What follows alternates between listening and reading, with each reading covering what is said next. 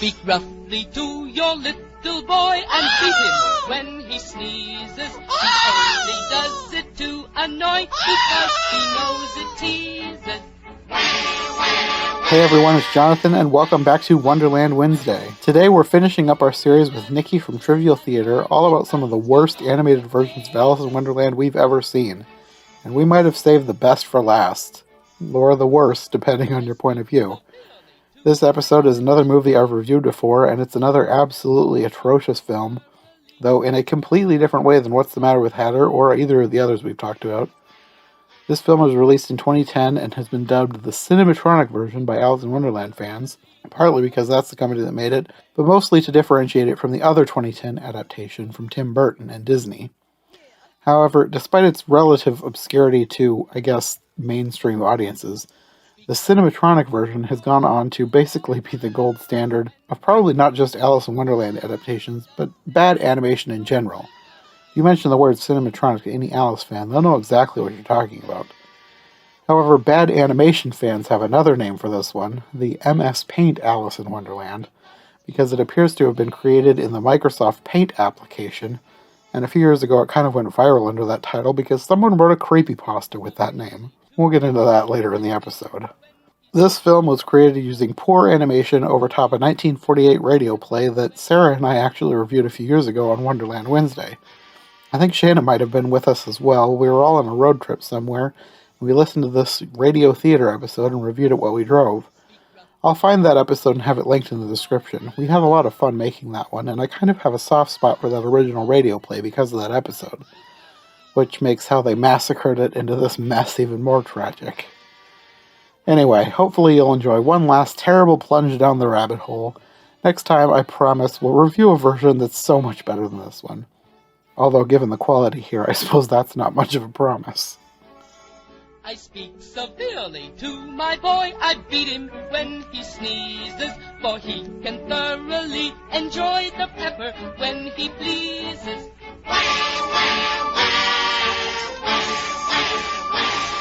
For he can thoroughly enjoy the pepper when he pleases. Well, I suppose we can go on to the final film, the one that is probably the most infamous. The 2010 Cinematronic version, which is actually a recycled radio play from the 1940s that someone decided they needed to make an animated film out of. And I cannot for the life of me figure out why. Like, this company made this film, and as far as I know, nothing else. Like, they popped up, made this film, and disappeared. I cannot find out why they made this film, and anything about who made it, or why it was made, anything. It's just so confusing to me. One thing I can tell you for sure is that I guess looking at the reviews for it, it actually was sold on DVD. Yeah.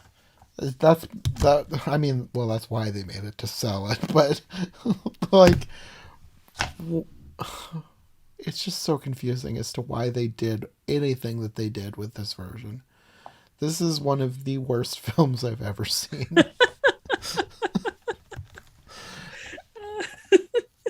Yeah, it's a thing.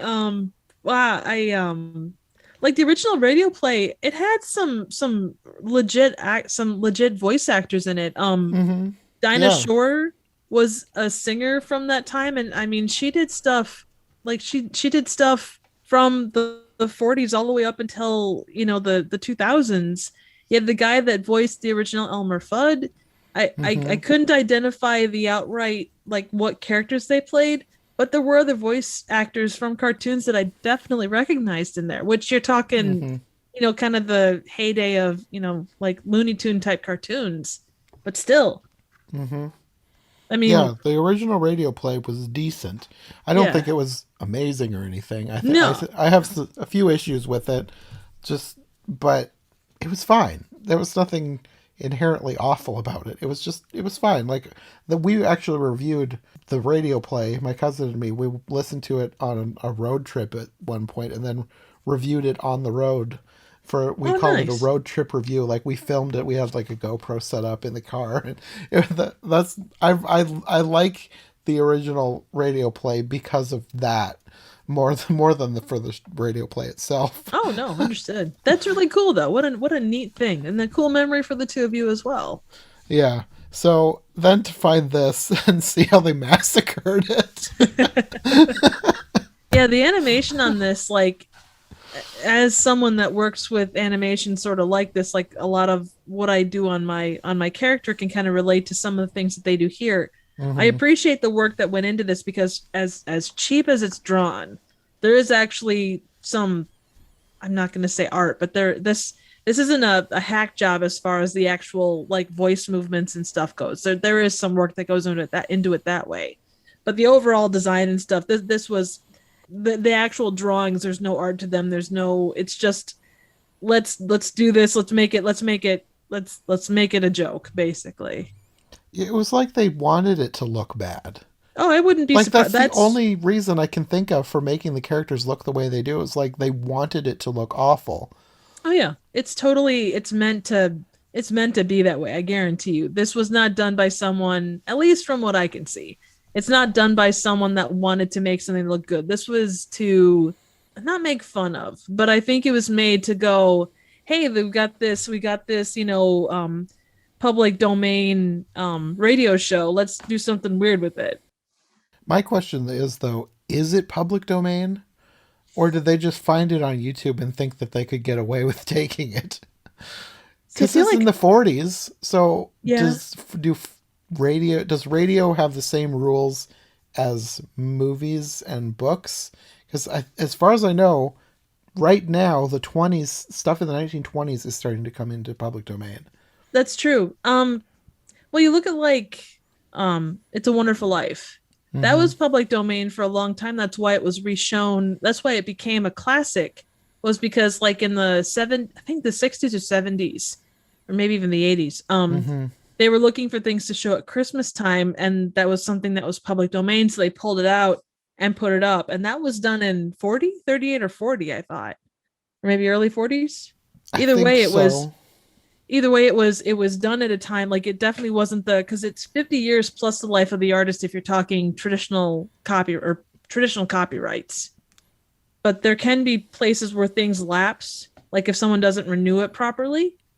That's what happened Okay. with that. So it's possible that this could have happened that way, because I don't think you could have gotten away with selling a DVD of it. And I suppose it depends on if someone noticed or not, but I feel like you would have had to have had that. It could be. I don't know.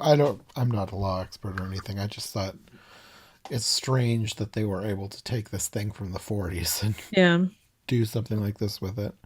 Well, and you think about even like the War of the Worlds, it kind of falls into that same vein because I've heard that broadcast redone. That's true.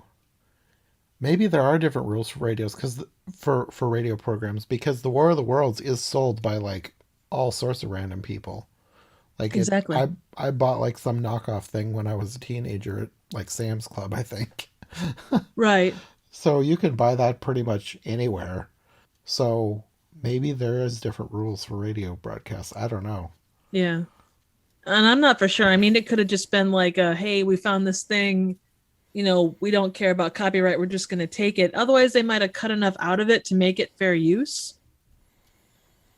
Because being I don't think 2010. they cut anything out of it. I think it was an hour when we listened to the radio version. Okay. Then yeah, that would have been right around that same time.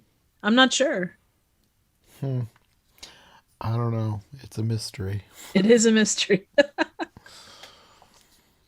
Either way, uh she just she looks constantly like Alice looks constantly sleepy the way her eyes are. I don't even know. It's just She uh looks she looks like I don't say this lightly because a lot of people will throw this at anybody, but she looks like she's on drugs. oh yeah. And even the teeth. Oh, the teeth are terrible. Like that's the worst part. And I'm sure that when they were drawing them and not knowing intent, so if they were going for just wanting to make something weird, they're probably looking at her as like a what? How old is Alice supposed to be? Like 10, I think she's supposed to be 7. 7? those would be, generally speaking, those would have been the teeth drawn for like that age, because you've got baby teeth, or not baby. Yeah, you would have baby teeth at that point, right? Yeah. That's Um, about the time where you start losing them, but you don't lose them in the manner that it looks like she would have had to lose them in order yeah, to achieve that look. They're just like yeah, weirdly crooked snaggle teeth. yeah, They look awful. yeah. There's nothing good about them, and where you can see like with the animation, they just have her mouth go up and down, and you can Yeah, see like the top teeth kind of moving at the same time sometimes. More so with other characters like the Cheshire Cat, but yeah, it borders on nightmare fuel. yeah. All the mouths move like that, and I thought it was both hilarious and horrifying and horrible that the Cheshire Cat, when in the scene where he disappears except for his smile, they just leave behind the mouth, the back part of the mouth that Yep. goes down. They just left that behind instead of having his smile left behind. Yeah. That was so terrible and stupid and hilariously bad. Oh yeah. There's no getting that out of your head. And God, you would show this version, like the animation part of this, to a class of animation students and just go, okay, everything that's done here is what you don't do. Yeah. This is definitely a what not to do lesson. Yeah. One of the worst things in this is the rabbit's teeth. Oh God. Yeah, especially the white rabbit's teeth. Because the rest of them, they move like the March Hare and the mouse and like everybody else. They move relatively decently. But yeah, the white rabbit, whoever drew this had a vendetta against the white rabbit. The teeth move like they're supposed to be the mouth, but the way they have it, it's like he has two tiny mouths side by side that move when he talks. It is the most disgusting idea of how to move a mouth. It's one of the reasons where it's like they had to have known that this is awful. They have to have done this on purpose. Yeah. Well, and the design of the white rabbit was just there is not a lot of great designs in this. This was drawn probably in MS Paint by someone that can't draw worth crap. But It looks like an MS Paint thing. There's actually, if I remember right, someone wrote a creepypasta about this movie and called it really, the MS Paint Alice. And in the story, it's like they find this DVD in the street and then they watch it and like it puts them in a hypnotic trance and they feel great while they're watching it and then they feel awful afterwards and then the Alice from the movie is outside the window except she's not a cartoon. It's oh like a God. live action deformed thing looking at them. Awesome. Yeah, great. I'm sitting by myself here in half darkness. Is she gonna come out of like my hallway and try and kill me? Because yeah, I didn't feel very good watching this, and I certainly don't feel good, afterwards. So you're like the only thing that's making this worth talking about. Yeah, it's already creepy in its own way, and it apparently moved someone in enough of a creepy direction that they decided to write their feelings out as a story. Oh, that doesn't surprise me in the slightest. Like if of all of them, this one definitely would drive someone to make a creepypasta. Like Yeah. the thing is like the white rabbit is terribly drawn, but even worse than that, I think, is the dormouse. Like the drawing on the dormouse is Yes. just he looks like a poo emoji. That's exactly what I said. It's like when they just stuck a little mouse, an ugly mouse head on top of it. And the way his mouth moves too, like his whiskers, like his face comes to a point, and it seems like that's a reoccurring thing with a lot of the characters. Like the baby of the Duchess, and there's like a bat at some point. Like they all have that same kind of everything comes to a point.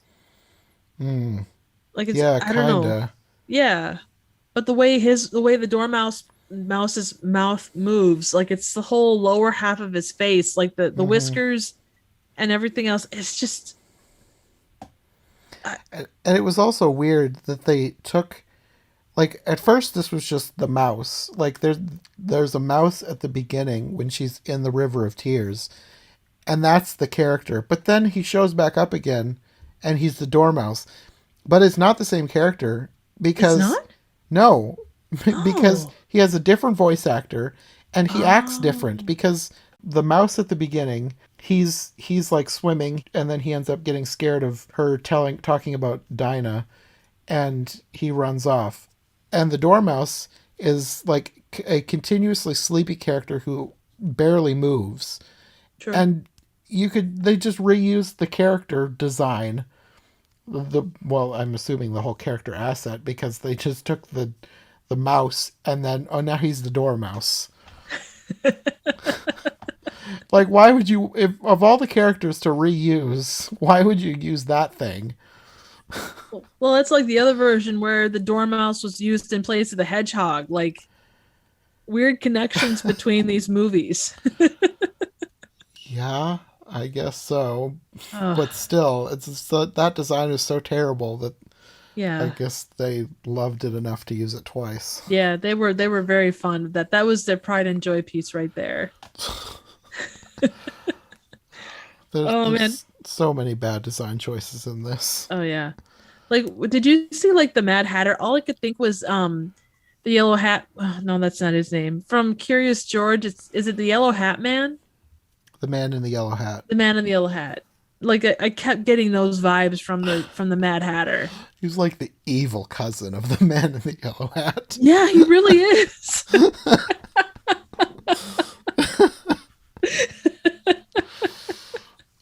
Oh, wow. I felt bad though, because like the audio side of it, like the songs they fit, obviously I think it was 1948. Mm-hmm. The songs had that great chorus and kind of it felt like a Disney theme. It had there was production quality to it and everything, and then you get this crap overlay of just these just terribly drawn characters.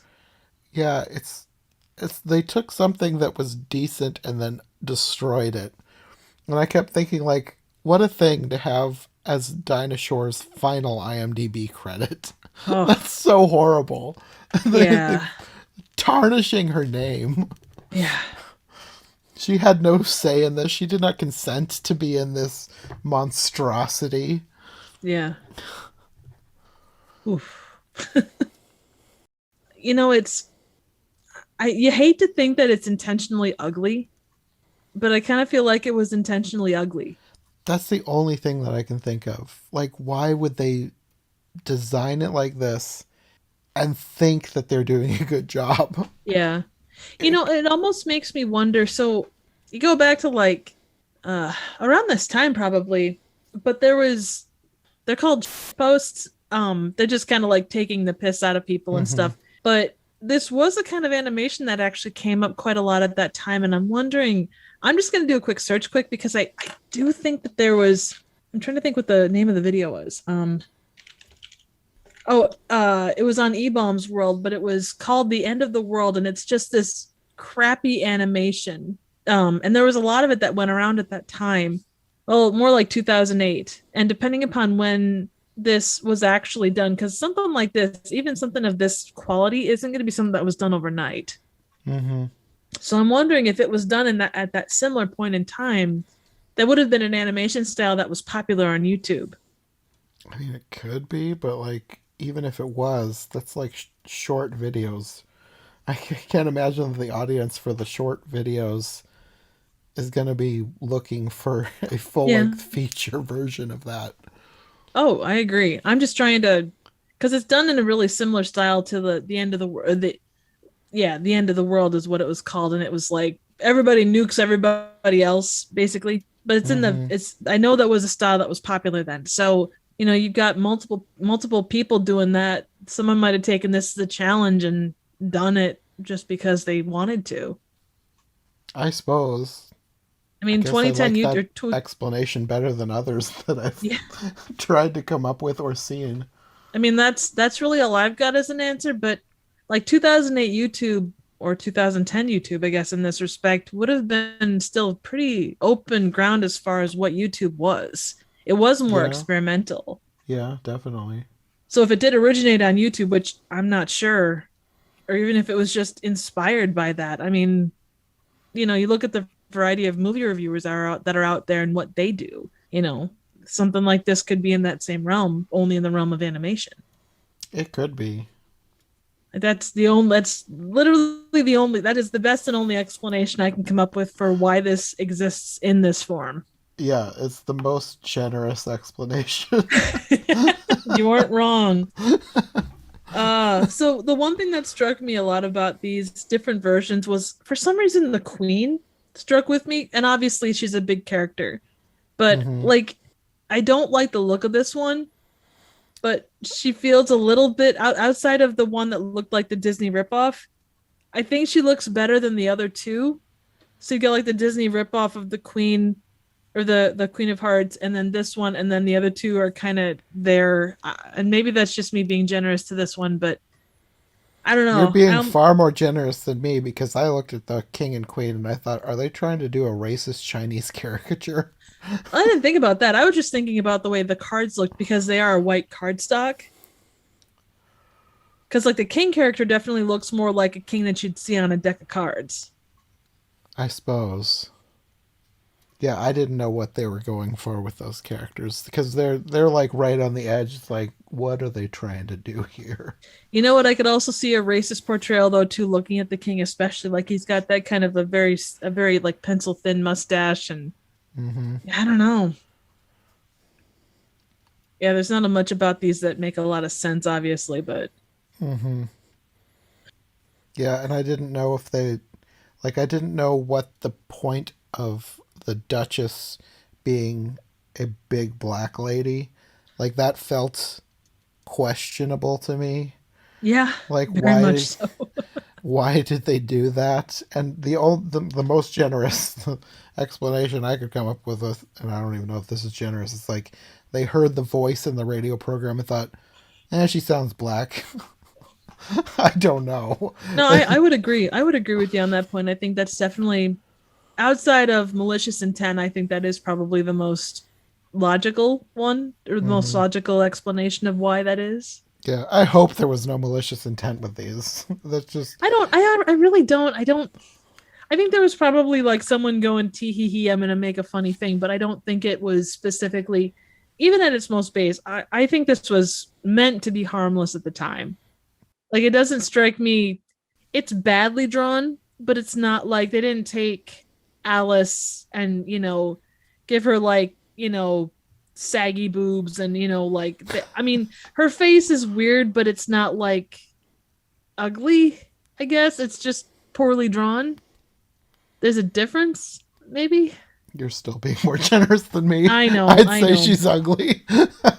And I'm trying to think too of the time, like if there would have been things that would have, inspired it, but I don't know enough about like animation on YouTube or animation on E-Bomb's world. There was so much, there was a lot of experimentation at the time. And this is obviously crap, but I don't see maliciousness here. Yeah. Because I think that there's a lot more you could do to be malicious, and this doesn't strike me as malicious.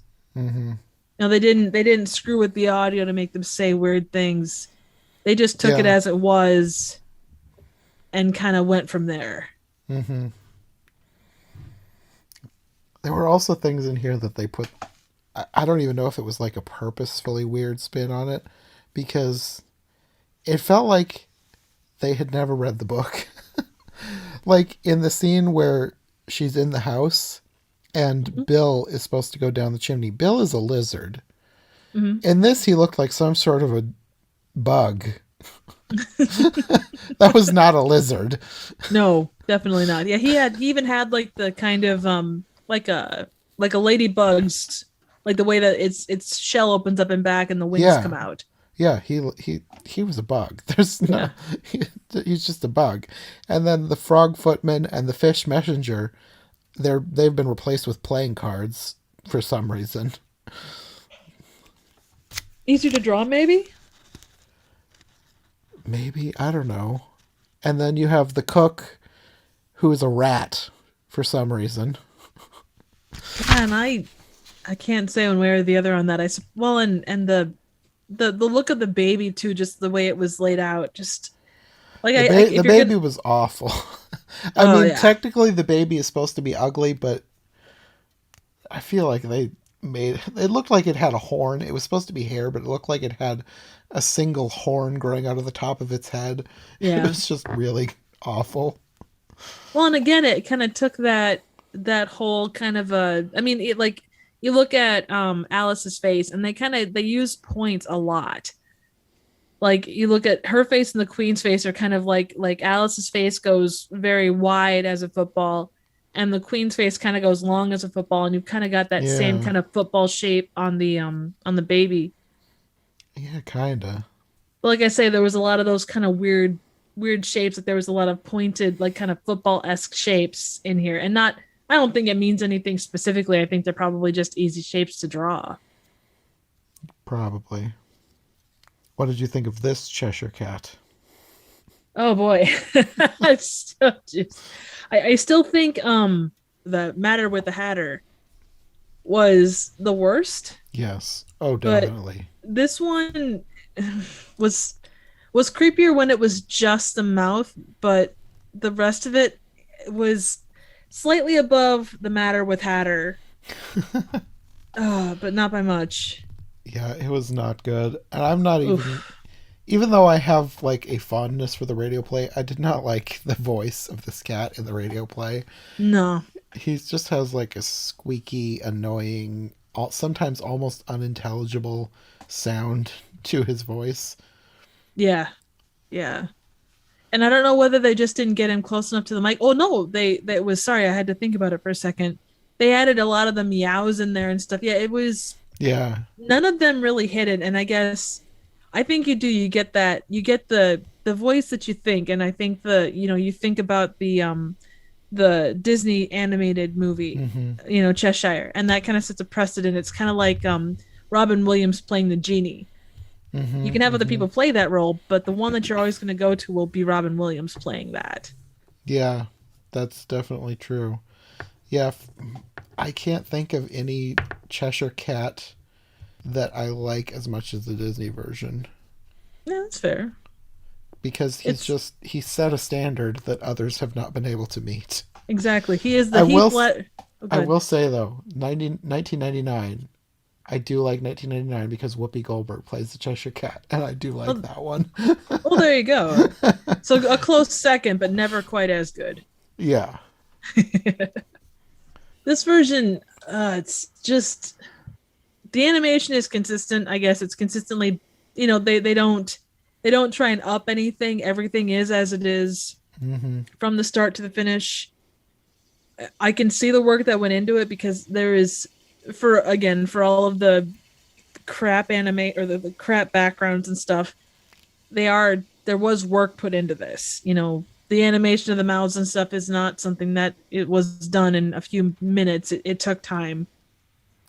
I still think anything that you put out on your channel is still like Oh, leagues better than this. well, no, I agree. But if you're talking 2010, I mean, you're talking 11 years difference. To do this kind of animation in 2010 wouldn't have been the same basic concept as what I do, but yeah, definitely much, much easier to execute now versus then. Mm, I suppose, yeah, because some of that can be automated. Yeah, exactly. And I that's a don't lot think it of could have been back then.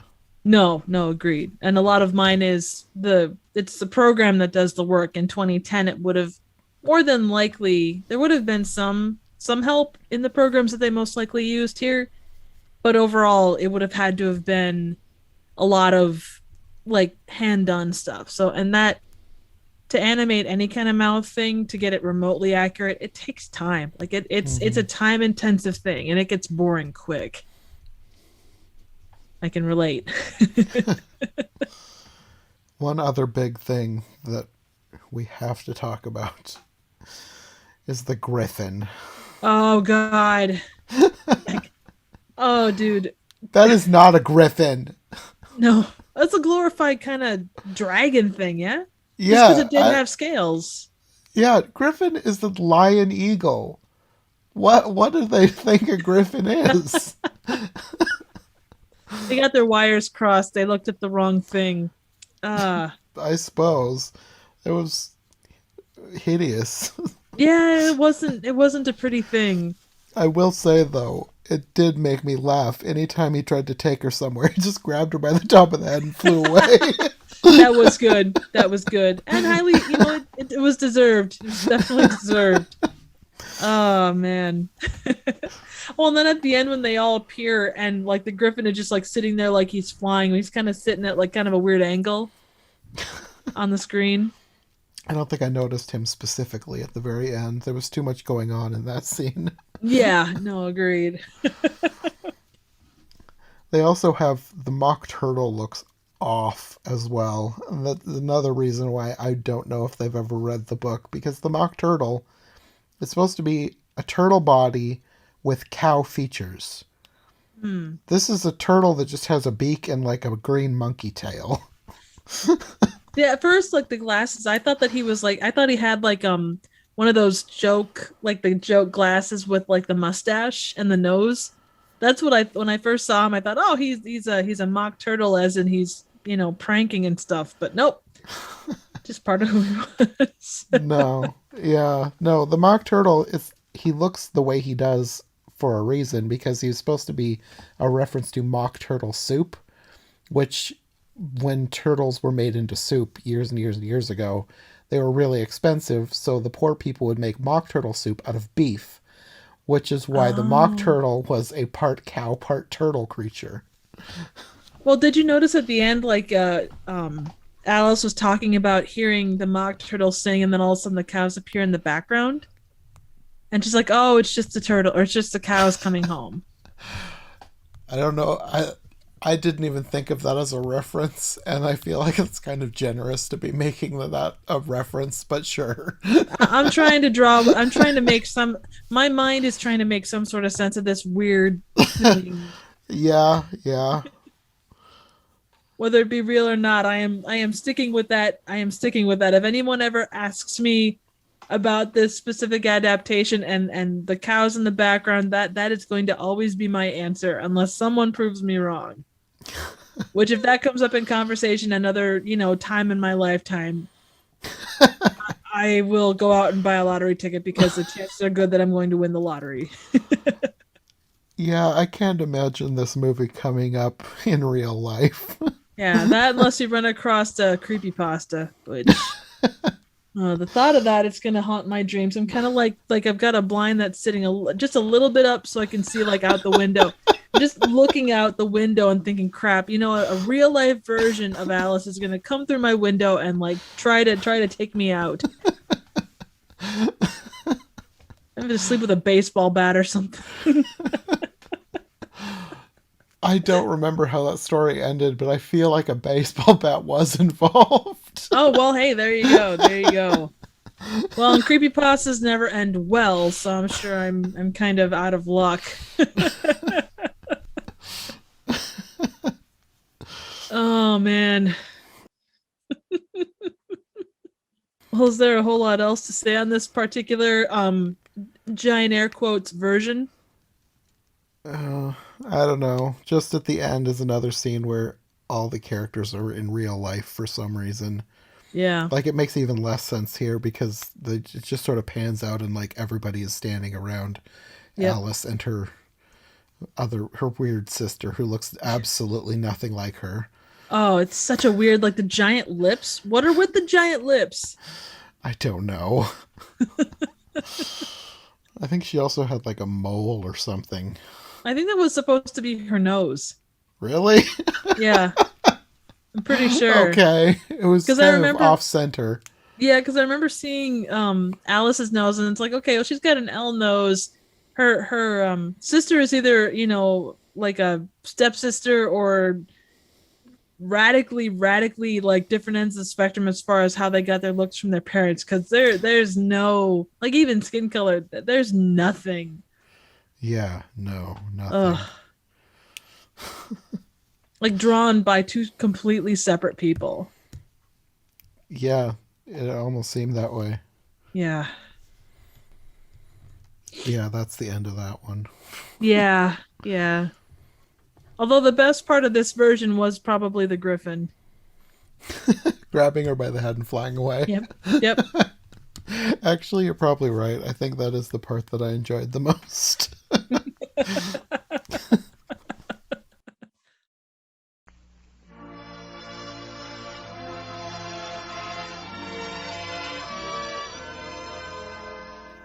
Thank you to Nicki for joining me for this episode and the rest of the series this month. If you want more from her, I'll have her links in the description below.